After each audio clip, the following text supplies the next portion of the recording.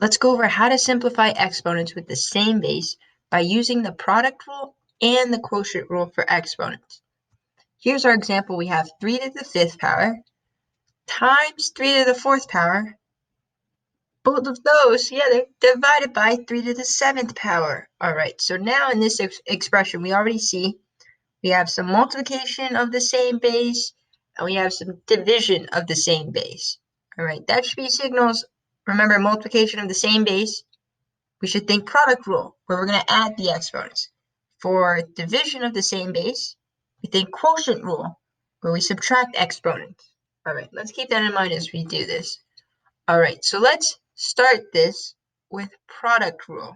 Okay, we got both multiplication and division happening here, but let's keep it simple and start with our multiplication.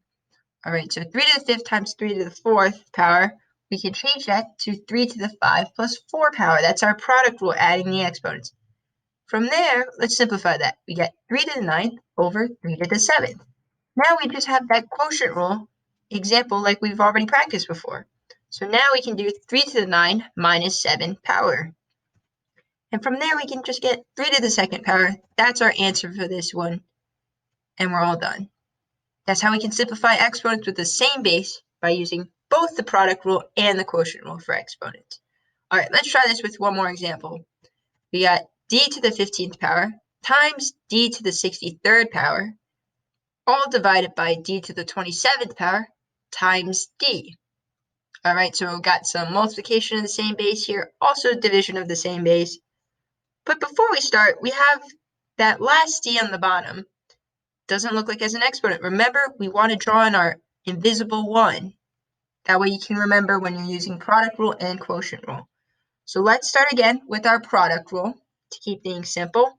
So we'll do d to the 15 plus 63 power in the numerator on top, and then d to the 27 plus 1 power in the bottom, in the denominator.